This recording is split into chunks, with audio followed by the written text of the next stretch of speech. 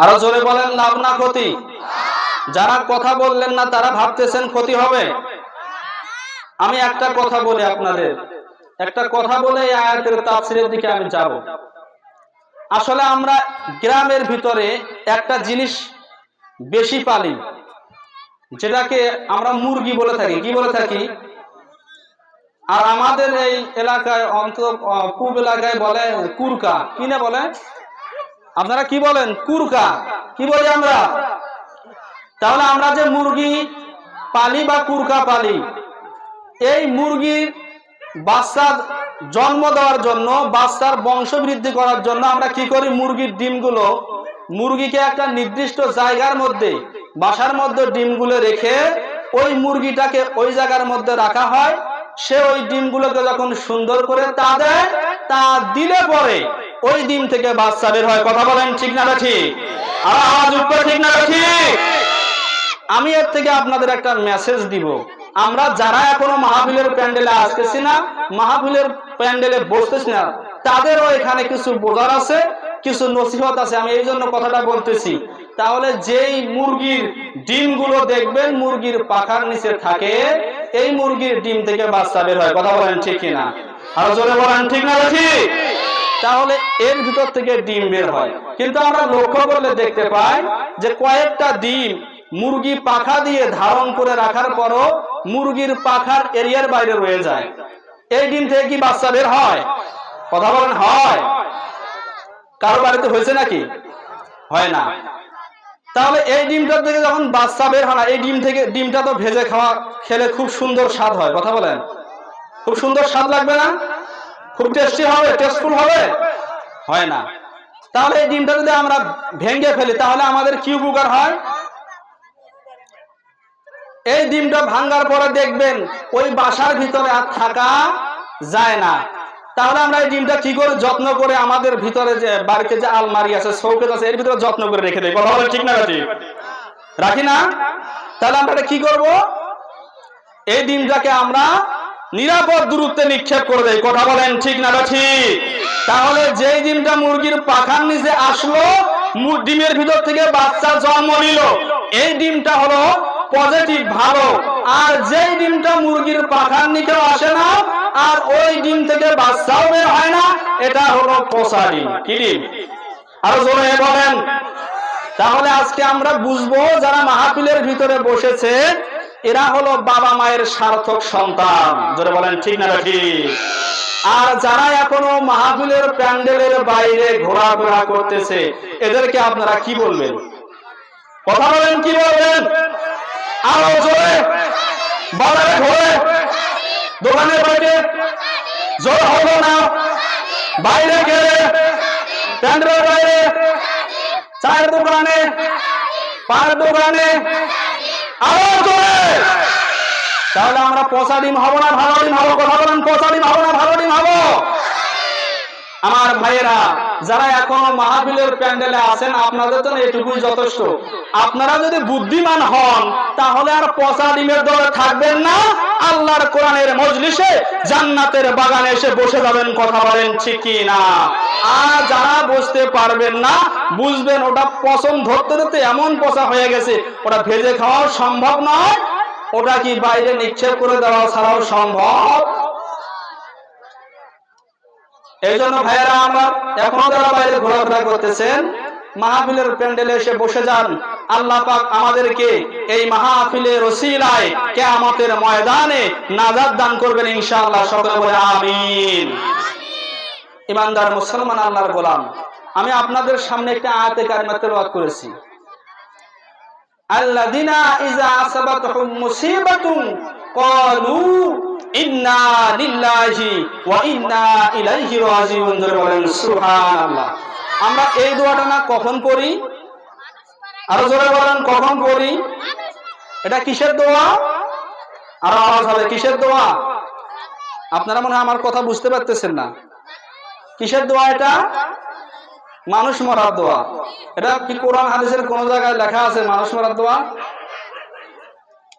আল্লাহ রাব্বুল আলামিন বলতেছেন, আল্লাযিনা ইযা আসাবাতহুম মুসিবাতুন, যখন তারা বিপদে আপদে পড়ে। কোথায় পড়ে? এটা শুধু মানুষ মারার দোয়া না মিয়া, যখনই বিপদে আপদে পড়ে আল্লাহ বলেন ক্বালু ইন্না লিল্লাহ, ক্বালু ইন্না লিল্লাহ, তারা বলে আমি আল্লাহর পক্ষ থেকে, ওয়া ইন্না ইলাইহি রাজিউন, আবার আমাদেরকে আল্লাহর কাছে যাইতে হবে। কোথায় যাইতে হবে? এসেছি কই থেকে? আমাদের দুনিয়ায় পাঠাইছে কে? যাব কোথায়? যারা বললেন না তারা মনে হয় যাবেন না, যাবেন? আল্লাহর পয়গম্বর হযরতে মুসা কালিমুল্লাহ, আল্লাহর একজন পয়গম্বর ছিল, নাম হলো মুসা কালিমুল্লাহ। জোরে বলেন কি? সবাই চেনেন? সবাই নাম শুনছেন? আল্লাহর একজন জলিল কদর পয়গম্বর ছিল, নাম মুসা কালিমুল্লাহ। কি নাম বললাম? দুনিয়ার জমিনে আল্লাহ পাক যত পয়গম্বর পাঠিয়েছেন, নবী পাঠিয়েছেন, সমস্ত পয়গম্বর আল্লাহর সঙ্গে কথা বলতো, কিন্তু কথা বলতে একটা মাধ্যম লাগতো, সেটার নাম হলো হযরতে জিবরাইল আলাইহিস সালাতু ওয়াস সালাম। কথা বলেন ঠিক কি না? একজন নবীর সঙ্গে আল্লাহ রাব্বুল আলামিন জিবরাইল ছাড়া কথা বলেছেন, তিনি হচ্ছেন আল্লাহর পয়গম্বর মুসা কালিমুল্লাহ। জোরে বলেন সুবহানাল্লাহ। মুসা কালিমুল্লাহ আল্লাহর কাছে গেছে তুর পর্বতে আল্লাহর সঙ্গে কথা বলার জন্য। আল্লাহ বলতেছে, মুসা, ও মুসা তুমি কেমন আছো? কি বলতেছে? কথা আমার বোঝেন? আল্লাহ মুসাকে জিজ্ঞেস করতেছে, মুসা তুমি কেমন আছো? কি বলতেছে? মুসা তুমি? মুসা বলছে আলহামদুলিল্লাহ। যদি কেউ জিজ্ঞেস করে যে কেমন আছেন, তাহলে না কি বলতে হয়? আরো জোরে বলেন। মুসা বলতেছে আলহামদুলিল্লাহ, আমি ভালো আছি। মুসা ভাবতেছে, আল্লাহ যখন আমারে জিজ্ঞেস করলো আমি কেমন আছি, আমি একটু আল্লাহরে জিজ্ঞেস করি না কেন আল্লাহ কেমন আছে? মুসা বলতেছে, আল্লাহ তুমি কেমন আছো? আল্লাহ বলতেছে, রে মুসা, আমি কেমন আছি যদি জানতে চাও, ইযহাব ইলা ফিরআউনা ইন্নাহু তারা, আমি কেমন আছি যদি জানতে চাও, মুসা তুমি ফিরআউনের কাছে চলে যাও। জোরে বলেন সুবহানাল্লাহ। আল্লাহ কই যাইতে বললো? আরো জোরে আওয়াজ হবে, কই যাইতে বলছে? আরো জোরে। গেছে কোথায়? গেছে আল্লাহর কাছে। আল্লাহ বললে চলে যাও ফিরআউনের কাছে। আমি আল্লাহ কেমন আছি যদি জানতে চাও, আমার কাছে থাকলে হবে না, বরং তুমি চলে যাও ফিরআউনের কাছে। এবার মুসা কালিমুল্লাহ চিন্তা করে, আমার তো দেখা দরকার আল্লাহ কেমন আছে। কথা বলেন ঠিক কিনা? আরো জোরে বলেন ঠিক না ঠিক? মুসা কালিমুল্লাহ চলে গেছে ফিরআউনের কাছে। যাইয়া দেখে ফিরআউন মশাই জিকির করতেছে। কি করতেছে? আরো জোরে বলেন, আরো জোরে। ফিরআউন কি করতেছে? জিকির করতেছেন, আনা রাব্বুকুমুল আলা, আনা রাব্বুকুমুল আলা। মুসার তো মেজাজ গরম, মুসার মেজাজ গরম। আল্লাহ বলল, আমি কেমন আছি যদি জানতে চাও, ফিরআউনের কাছে চলে যাও। এবার ফিরআউনের কাছে যাইয়া দেখে ফিরআউন বলেছে আনা রাব্বুকুমুল আলা। মুসা চিন্তা করে, কে রে, এখনে তুর পর্বতে যার সঙ্গে কথা বলে আসলাম উনি কে? আর এখানে যে বলতেছে আমি সব থেকে বড় আল্লাহ, এটাকে বলতেছে উনি কে, এটাকে। আর এটাই যদি বড় আল্লাহ হয় তাহলে ওটাকে বলতেছে, ওটা যদি আল্লাহ হয়, যার সঙ্গে কথা বললাম তিনি যদি আল্লাহ হয় তাহলে এটাকে, আর এটা যদি আল্লাহ যার সাথে কথা বললাম তাহলে ওটাকে। ফিরআউন হাত চুলকায়। কি চুলকায়? কি চুলকাইতেছে? আরো জোরে বলেন, কি চুলকায়? আল্লাহ ভাবতেছে ফিরআউনের খবর এবার হবে। আল্লাহ ভেবে নিয়েছে মুসা কালিমুল্লাহ হাত চুলকায় মানে ফিরআউনের কি আছে? আরো জোরে বলেন। আরে দিন প্রতিষ্ঠা করার জন্য মুসার হাতেই যথেষ্ট। কি যথেষ্ট? আরো জোরে বলেন। এই মুসার হাতের পাওয়ার আছে নি মিয়া? আছে। এক থাপ্পড়ে আজরাইলের চোখের মনি বের করে ফেলাইছে। কি বের করে ফেলাইছে? আরো জোরে বলেন। কার চোখের মনি? আপনার মানুষ তো সাধারণ মানুষ। আজরাইলের চোখের মনি এক থাপ্পড়ে বের করে ফেলাইছে। তাহলে তার হাতের পাওয়ার আছে না নাই? জোরে বলেন, আছে না নাই? একবারে একটা থাপ্পড় মারে সাইজ করে ফেলাই দিছে। থাপ্পড় দিয়ে থামাই দিছে জিকির দেওয়ার পরে মুসা চলে গেল তুর পাহাড়ে। কোথায় চলে গেল? আরো জোরে বলেন। যাওয়ার পরে বলতেছে, আল্লাহ এবার তোমার কাছে আমার একটা প্রশ্ন আছে। জোরে বলেন, কি আছে? আরো জোরে বলেন, আরো জোরে। কার কাছে প্রশ্ন? কার কাছে প্রশ্ন আছে? কে প্রশ্ন করবে? মুসা কালিমুল্লাহ প্রশ্ন করবে আল্লাহকে। কাকে প্রশ্ন করবে? আল্লাহ, আপনার কাছে একটা প্রশ্নের উত্তর জানবার চাই। আল্লাহ কয়, মুসা কি প্রশ্ন কর, আমি উত্তর দেওয়ার চেষ্টা করব। মুসা এমন বেছায় যা প্রশ্ন করছে, বলছে আল্লাহ আপনি বলেন তো আমার কি আছে আর আপনার সেটা নাই। জোরে বলেন সুবহানাল্লাহ। মুসা বলতেছে আল্লাহ আমার এমন একটা জিনিস আছে, ও আল্লাহ আপনারও সেটা নাই। জোরে বলেন না মারহাবা, আরো জোরে বলেন না মারহাবা। বলতেছে আল্লাহ আমার এমন একটা জিনিস আছে যেটা আমার আছে কিন্তু আপনি আল্লাহরও নাই। জোরে বলেন না মারহাবা। আরে মুসা আলাইহিস সালাম আল্লাহর সঙ্গে যেভাবে কথোপকথন বলছে, কথোপকথন করছে, এইভাবে কোন পয়গম্বর করতে পারে নাই। জোরে বলেন সুবহানাল্লাহ। মুসার প্রত্যেকটা ঘটনা, প্রত্যেকটা প্রশ্নের মধ্যে আপনার আমার জন্য শিক্ষা আছে। জোরে বলেন সুবহানাল্লাহ। আমি কিন্তু ঘটনা এই জন্য বলতেছি, এই ইন্না লিল্লাহ আমি আপনাদের বুঝিয়ে দেব যে এটা মানুষ মরার দোয়া না, এটা শুধু মানুষ মরার দোয়া না। ইন্না লিল্লাহ আমরা এসেছি আল্লাহর পক্ষ থেকে, ওয়া ইন্না ইলাইহি রাজিউন চলে যাব কার কাছে? আরো জোরে বলেন। মুসা বলতেছে আল্লাহ আমার এমন একটা জিনিস আছে, তোমার কিন্তু সেই জিনিসটা নাই। আল্লাহ বলে মুসা রে এটা আবার কি জিনিস জানবার চাই? মুসা বলতেছে আল্লাহ আমার মৃত্যু আছে কিন্তু আপনার মৃত্যু নাই। জোরে বলেন সুবহানাল্লাহ।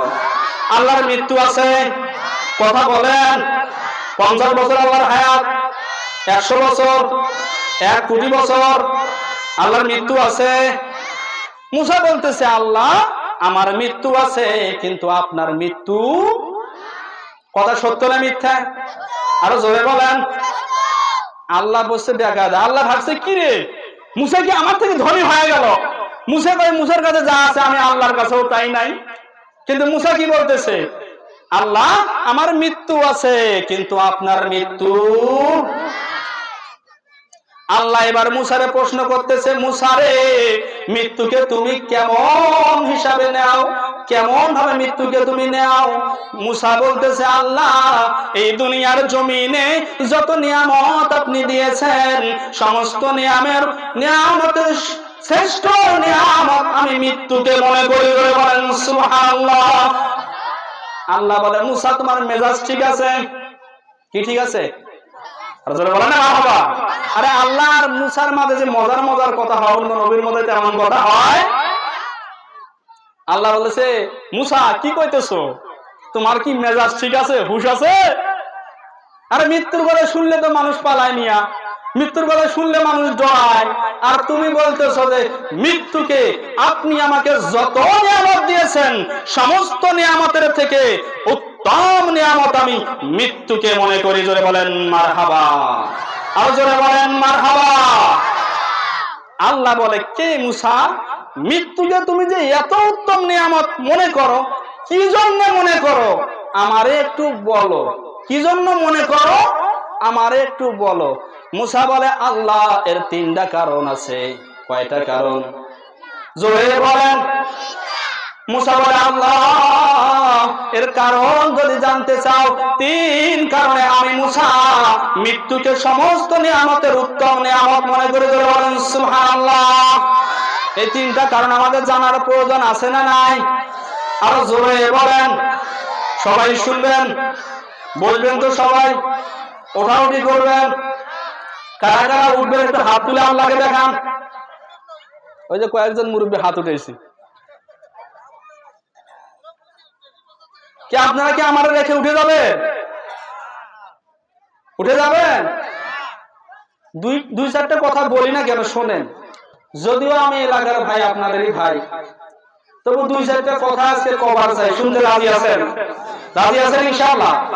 তাহলে মৃত্যুকে মুসা ভালোবাসে, পছন্দ করে, উত্তম নিয়ামত মনে করে 5টা কারণে। কয়টা কারণে? কয়টা বললাম? এই তো